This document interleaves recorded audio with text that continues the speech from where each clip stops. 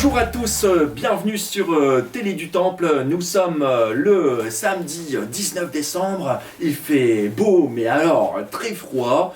Bienvenue dans les infos du week-end. Alors aujourd'hui, on va vous parler de fenêtres décorées, des fenêtres double vitrage, mais également du journal de quartier avec Isabelle. Enfin, des nouvelles des kits cuisine et des kits week-end. Des nouvelles également de l'appli Vie affective et santé sexuelle. Ça bouge au centre social. Et enfin, évidemment, nos plus petits, quel type de vacances auront-ils? Et puis on terminera avec une immense nouvelle pour le quartier. Je ne vous en dis pas plus. Sans transition, des nouvelles des fenêtres décorées. Alors, ce mardi 22 décembre, nous braverons le froid avec les membres du jury qui viendront se promener dans le quartier. Et sur l'invitation d'Isabelle Petit, notre présidente, nous avons 5 personnalités. 4 présidents de centres sociaux du Valenciennois. Alors, René Lelièvre sera parmi nous. Il est président du comité d'usagers du centre socio-culturel Georges Dehauvre à Chasse-Royale. On aura également Madame Saba Karmi, la présidente de la maison de quartier Saint-Va. Mais également Malika Kinash aussi, qui sera parmi nous, qui est présidente du comité d'usagers du centre socio-culturel Faubourg de Cambrai. Enfin, nous aurons également Wizal Ladj Merabet, qui est présidente de la maison de quartier Beaujardin à Faubourg de Lille. Je n'oublie pas Jérôme Moreau, également adhérent et membre du centre social Le Phare à Onin. En tout cas, bienvenue à tous les 5, et puis nous vous ferons découvrir le quartier sous des angles un peu de Noël. Parlons maintenant du journal de quartier avec Isabelle. Merci Thomas, bonjour à tous. Alors en 2019, lors des différents temps de rencontres, comités d'usagers et commissions enfance, les habitants avaient émis le souhait de créer un journal de quartier.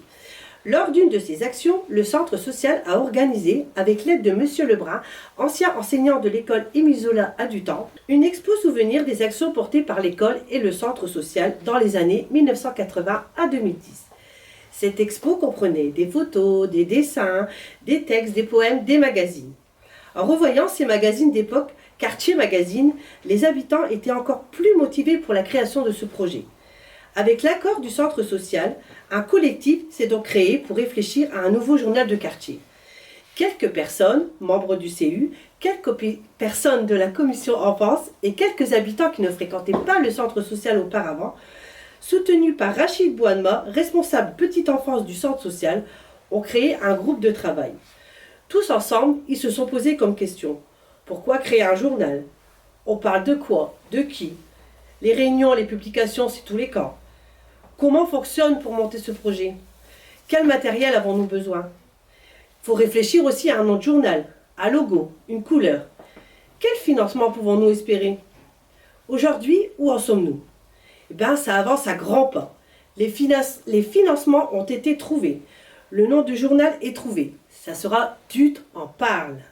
Le logo, la couleur, c'est trouvé. Ce qu'on y met dedans, de quoi on parle, c'est trouvé. Les articles sont préécrits. Reste la mise en page à fignoler. Des formations pour aider à cela ont été programmées le 5 et le 8 janvier 2021. Le groupe espère sortir son premier journal mi-janvier 2021. Leurs envies seraient de sortir un journal mensuel. Encore un beau projet à l'initiative des habitants qui se passe dans notre quartier et qui, on espère, sera connu bien au-delà pour être valorisé et pourquoi pas nous faire connaître par d'autres financeurs qui pourront nous permettre de faire vivre ce journal qui tient tant au cœur des habitants. Parlons maintenant des kits cuisine, l'émission culinaire phare de Télé du Temple, à l'instar des carnets de Julie. Et nous, c'est animé par Carole.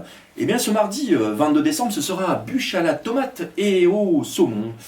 Plus de 34 kits ont déjà été commandés, donc l'inscription est close, vous le comprenez bien.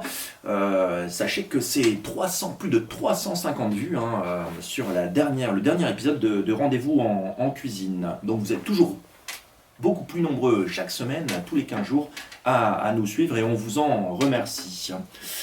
En tout cas, ça promet des belles tablées dans le quartier du Temple pour Noël. Pour les kits week-end, la semaine dernière, c'était les truffes. Alors merci pour toutes vos belles photos, ces beaux partages, ces belles photos souvenirs. En tout cas, moi, ça m'a donné l'eau à la bouche parce que j'en ai pas goûté une seule. Mais voilà, merci en tout cas, ça nous donne beaucoup d'énergie pour continuer. Ce week-end d'ailleurs, les Kit Weekend seront créatifs avec tous les ingrédients pour construire un joli cadre et mettre des jolies photos de vos enfants ou de vos parents. Un beau cadeau au pied du sapin en perspective. Passons maintenant au niveau de l'application vie affective et santé sexuelle avec Isabelle. Alors, il y a quelques mois de cela, un groupe d'habitants a été formé à la thématique vie affective et santé sexuelle par le planning familial de Lens. Contraception, IVG, maladies sexuellement transmissibles sont autant de thèmes qu'elles ont appris à connaître et à aborder. À la fin de cette formation, elles se sont demandé ce qu'elles pourraient bien faire afin de devenir des personnes relais sur le quartier et le Valenciennois. Comme ces sujets sont un peu tabous, elles ont décidé, avec le soutien et l'accompagnement de Carole, la conseillère familiale, Caroline, la directrice de l'époque, et Justine, du projet des centres sociaux connectés du bassin minier, de créer une application pour pouvoir transmettre les différents thèmes, mais aussi surtout conseiller et orienter des personnes anonymement, où elles pourront poser toutes les questions sans aucune gêne. L'application prend forme, alors restez connectés, vous devriez pouvoir la télécharger dans quelques mois. Quoi de neuf pour les vacances de Noël au centre social? Eh bien, Thomas Pavard, notre reporter, est allé à la rencontre de Nathalie Dureux pour les 3-5 ans et de Cindy et Océane, animatrices pour les 8-10 ans. Reportage. Bonjour, je suis animatrice chez les 3-5 ans. Alors pour les vacances de Noël qui débutent ce lundi 21, les enfants auront le choix entre plusieurs activités. Ils choisiront celles qu'ils voudront faire. Une vidéo de chant de Noël sera filmée. Et pour finir, le dernier jeudi, le 24 décembre, nous allons finir par une petite boum où les enfants vont s'éclater. Bonjour, Cindy et Océane, animatrices des 8-10 ans. Nous allons vous parler des vacances de Noël. Du coup, le matin, il y aura des ateliers culinaires qui seront choisis par les enfants. Ensuite, il y aura une initiation à la photographie présentée par Rachid. Il y aura aussi des ateliers qui seront choisis par les enfants. Et on finira les vacances par une boum. Voilà, merci à vous. Eh bien, merci Thomas pour toutes ces nouvelles. Ça promet, en tout cas, ça donne bien l'eau à la bouche pour ces belles vacances de Noël au centre. Maintenant, passons... Attendez, oui, alors, une rumeur, oui, on m'annonce une... Non, ce n'est pas une rumeur, c'est une information. Effectivement, alors on me dit, mais gardez-le, c'est que le Père Noël commencera sa tournée mondiale mercredi 23 mai. 23 mai Non, 23 décembre, après-midi, dans le quartier de du Temple, avant de partir partout dans le monde. Eh bien écoutez, on n'en parle pas trop, mais si ça se confirme, c'est vraiment top et sympa le Père Noël. Hein. Eh ben, Isabelle, une autre grande nouvelle, aussi grande que celle-ci. Bon écoutez, je vous laisse la parole, et puis moi j'y vais quoi. Hein. Il n'y a peut-être pas les remontées mécaniques, mais j'ai bien envie de me faire une petite descente en luge. Écoutez, à bientôt, et je laisse Isabelle annoncer la grande nouvelle. Hein.